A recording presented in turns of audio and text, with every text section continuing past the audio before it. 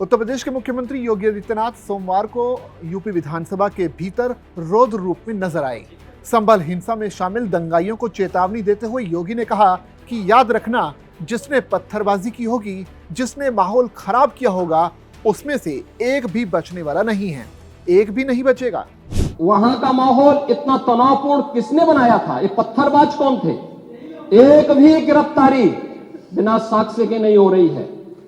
और याद रखना, जिसने पत्थरबाजी की होगी, जिसने माहौल खराब किया होगा, उसमें एक भी बचने वाला भी नहीं है। एक भी नहीं बचेगा। सीएम योगी ने सुप्रीम कोर्ट के हालिया फैसले का हवाला देते हुए कहा कि हम उच्चतम न्यायालय के आदेश का पालन करते हैं, सम्मान भी करते हैं, लेकिन आप संविधान को मान रहे हो क्या? योगी ने आगे कहा कि बहराइच में रामगोपाल मिश्रा पर गोली घर के अंदर से चली, क्या भारत की धरती पर केसरिया झंडा नहीं लग सकता? क्यों नहीं लग सकता? हम माननीय उच्चतम न्यायालय के आदेश का पालन करते हैं, सम्मान भी करते हैं।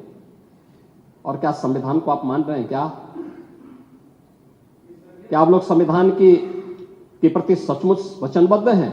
मैं तो धन्यवाद दूंगा माननीय अध्यक्ष जी को इस बात के लिए कि आज उन्होंने संविधान की मूल प्रति यहां पर दी।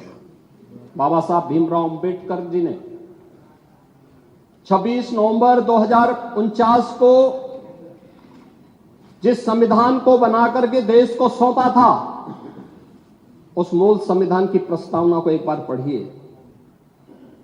मौलिक कर्तव्यों के बारे में, मौलिक अधिकारों के अध्याय के चित्र को देखिए। अलग अलग उन आर्टिकल के उस पृष्ठों का अवलोकन करिए, आपको उसमें राम भी नजर आएंगे, कृष्ण भी नजर आएंगे। सीएम योगी ने पूछा कि शोभा यात्रा पर ही हमेशा पथराव क्यों होता है? मुस्लिम मोहल्ले और मस्जिद के सामने से कोई शोभा यात्रा क्यों नहीं निकल सकती? मुस्लिम बस्तियों में ही दंगे क्यों होते हैं?